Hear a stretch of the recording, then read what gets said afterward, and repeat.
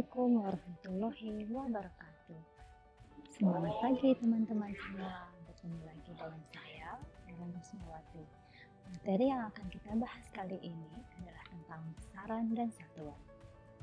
Kompetensi dasarnya adalah memahami konsep besaran pokok, besaran turunan, dan satuan dalam pengukuran. Yang kedua, menyajikan hasil pengukuran besaran fisis menggunakan alat ukur dan teknik yang tepat. Adapun indikator yang ingin kita capai dalam pembelajaran kali ini adalah yang pertama, menjelaskan besaran dalam fisika. Yang kedua, menyajikan hasil pengukuran menggunakan alat ukur. Yang ketiga, melakukan pengukuran menggunakan alat ukur berupa mikstat, jangka sorong, mikrometer skrup, neraca, dan termometer dengan teknik yang tepat. Cakupan bahasan kali ini antara lain, yang pertama, untuk besaran dan satuan, yaitu besaran pokok, besaran turunan, satuan dan konversi, dimensi satuan. Untuk pengukuran, ketelitian atau akurasi, ketepatan atau presisi, kesalahan dalam pengukuran, dan penggunaan angka penting. Pernahkah kalian membandingkan tinggi badan dengan anggota keluarga kalian? Alat apa yang kalian gunakan pada saat mengukur tinggi badan? Dan besaran apa yang digunakan saat melakukan pengukuran tinggi badan? Nah, untuk mengetahui lanjutan atau jawabannya, kita simak pembahasan berikutnya. Yang pertama, kita akan bahas tentang apa itu besaran. Besaran adalah sesuatu yang dapat diukur, dinyatakan dengan angka, dan memiliki satuan. Besaran dalam fisika dibagi menjadi dua. Yang pertama adalah besaran pokok dan besaran turun. Kita bahas satu-satu ya. Yang pertama, besaran pokok. Besaran pokok adalah besaran yang satuannya ditetapkan lebih dulu atau besaran yang satuannya didefinisikan sendiri berdasarkan hasil konferensi internasional mengenai berat dan ukuran. Besaran pokok ada 7, yaitu panjang, massa, waktu, arus listrik, suhu, jumlah zat, dan intensitas cahaya. Sedangkan besaran turunan adalah besaran yang dapat diturunkan atau diperoleh dari besaran-besaran pokok. Biasanya, besaran turunan ini terdiri dari 2 atau lebih besaran pokok. Ciri-cirinya, besaran turunan ini biasanya memiliki satuan yang lebih dari 1. Contoh besaran turunan yang itu luas, yaitu perkalian antara 2 besaran panjang, atau volume perkalian antara 3 besaran panjang, atau kecepatan atau kelajuan, yaitu perpaduan atau gabungan dari besaran panjang dibagi dengan besaran waktu. Apa sih yang membedakan angka biasa dengan besaran? Nah, suatu angka bisa dinyatakan besaran kalau dia memiliki satuan atau semacam gelar di belakang angka tersebut. Contoh untuk besaran panjang, misalnya saya memiliki meja dengan panjang 2 meter. Nah, kata meter itu adalah satuan. Baik, sekarang kita bahas ya satuan-satuan yang ada di besaran pokok. Seperti dilihat di dalam tabel ini, ada besaran pokok dan satuan-satuan. Besaran panjang dengan satuan internasionalnya itu adalah meter, kemudian massa dengan satuan adalah kilogram, kemudian besaran waktu dengan satuan sekon, arus listrik satuannya adalah ampere, suhu satuannya adalah Kelvin, intensitas cahaya satuannya adalah kandela, dan jumlah zat satuannya adalah mol. Untuk satuan, ada yang disebut dengan satuan standar baku dan ada yang tidak baku. Satuan baku contohnya untuk besaran panjang memiliki satuan yang namanya meter, sentimeter, kilometer. Sedangkan ada juga yang kalau kita menyebutkannya adalah dalam satuan jengkal atau hasta atau depak atau kaki. Semuanya merupakan satuan untuk besaran panjang. Tetapi untuk jengkal, hasta, kaki itu tidak bisa sama antara satu orang dengan orang lain. Makanya perlu ada satuan yang baku yang bisa diukur oleh siapapun.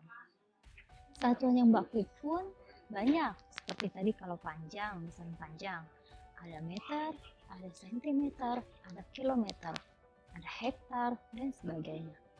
Nah, supaya menyamakan di antara negara satu dengan negara lainnya, maka perlu adanya satuan sistem internasional yang dapat digunakan di negara manapun.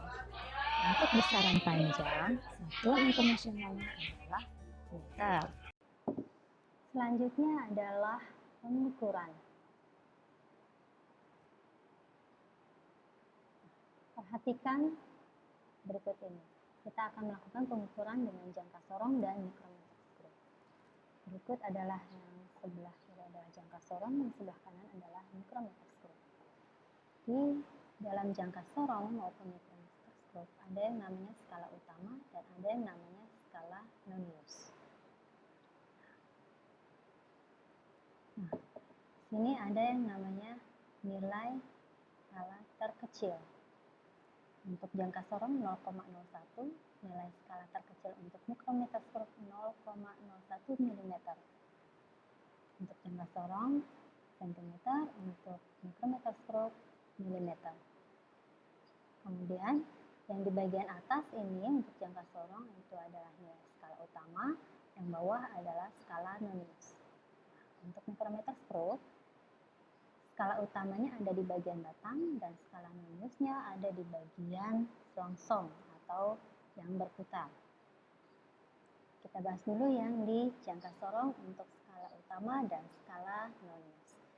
Bagian yang ke atas, garis yang ke atas itu adalah skala utama, dan yang garis ke bawah itu adalah skala Nonius. Baik. Misalkan ada hasil pengukuran seperti ini, yaitu hasil pengukurannya menjadi skala utama ditambah skala Nonius dikali dengan nilai skala terkecil dengan satuan sentimeter. Kalau dari gambar kita akan melihat, yang di bawah ini adalah skala Nonius. Patokannya itu acuannya adalah dari angka 0 di skala Nonius. Dia sudah melewati angka berapa saja yang ada di skala utama. Baik. Di skala utama itu yang sudah dilewati oleh angka 0. Kita lihat. Baik, itu ada. Nah, itu ada angka 0 sampai dengan 1. Berarti setiap garis itu bernilai 1 mm. Baik, ini angka 0 ya, sudah melewati angka berapa? Berarti 0,3 ya, 0,3 cm, tetapi belum melewati 0,4 cm. Ya, di antara 0,3 dan 0,4 cm. Karena di skala Noniusnya tidak berimpit. Kita tuliskan skala utamanya 0,3 cm. Baik, selanjutnya. Baik, kita lanjutkan.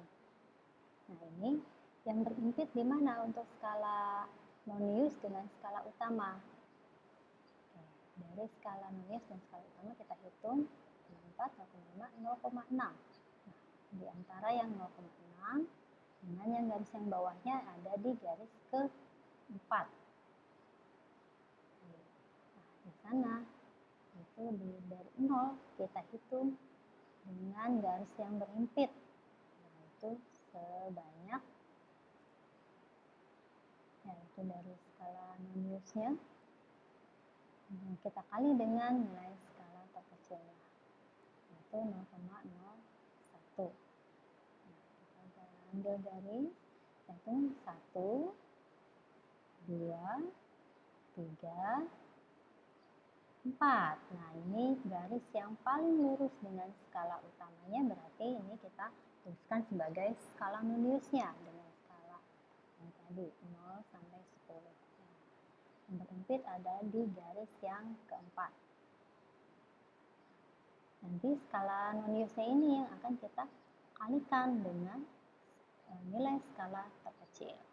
Nah, di sini ada yang hampir berhimpit juga, tapi dilihat garisnya ada yang tidak.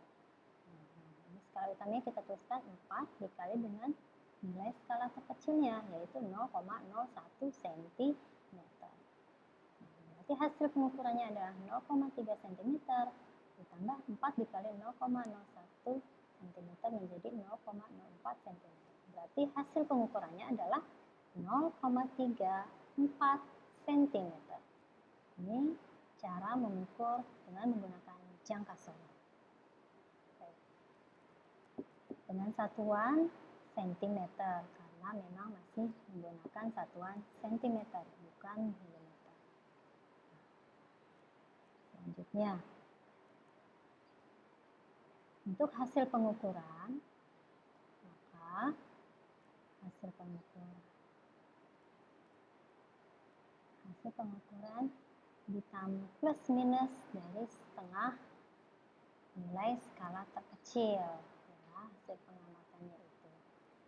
Dari 0,34 cm plus minusnya itu setengah dari nilai skala terkecil, yaitu setengah dari 0,01 cm. Berarti bernilai 0,005 cm. Dengan satuan cm ya untuk yang jangka sorong. Ini berarti batas pengamatannya itu bisa jadi kurang dari 0,34 cm atau lebih dari 0,34 cm dengan batas 0,005 cm. Nah, untuk jangka sorong ini bisa digunakan untuk mengukur ketebalan, kedalaman, ataupun diameter dari suatu benda yang kecil. Ini ada untuk angka pentingnya. Nah, untuk angka pentingnya berarti bisa kita tuliskan menjadi 0,340 cm plus minus 0,005 cm. Angka di belakang komanya kita sesuaikan. Sekarang kita ke mikrometer stroke. Kalau jangka sorong tadi untuk mengukur ketebalan atau diameter benda atau ketinggian, kedalaman dari suatu benda. Nah, kalau mikrometer stroke sama untuk hasil pengukurannya, yaitu skala utama ditambah dengan skala nonius yang dikalikan dengan nilai skala terkecil. Skala utamanya ada di bagian batangnya, yaitu yang garis ke atas dan garis ke bawah. Garis ke bawahnya itu bernilai setengahnya dari garis yang di atas. Nah, kalau di sini kita lihat antara 0 dengan 1 0,5, antara 1 dengan 2 itu berarti 1,5 dan seterusnya.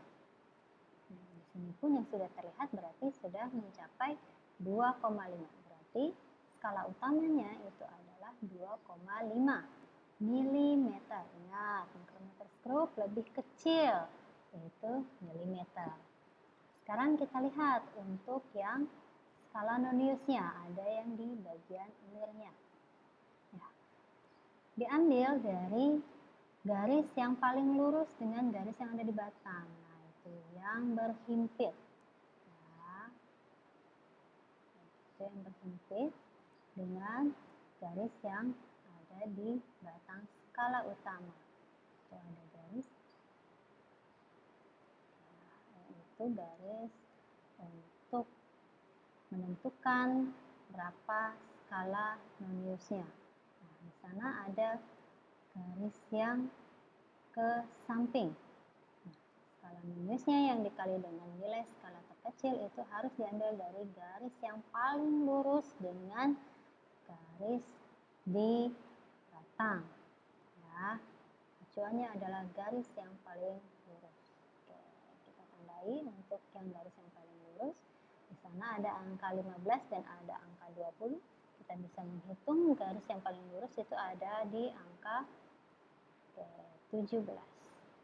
Nah, berarti kita tuliskan 17, jangan lupa dalam kurung dikali nilai skala terkecil yaitu 0,01 mm. Berarti hasil pengukurannya adalah 2,5 mm ditambah 0,17 mm menjadi 2,67 mm. Nah, sekarang kita akan menuliskan bagaimana hasil pengukuran yang benar, yaitu dengan ditambahkan setengah dari nilai skala terkecil. Hasil pengamatan ditambah plus minus nilai setengah nilai skala terkecil. Nah, hasil pengamatannya 2,67 mm. Hampir sama ya, ada caranya dengan yang dijangka sorong. Berarti kita tuliskan hasil pengukurannya yaitu hasil pengamatan 2,67 mm plus minus 0,005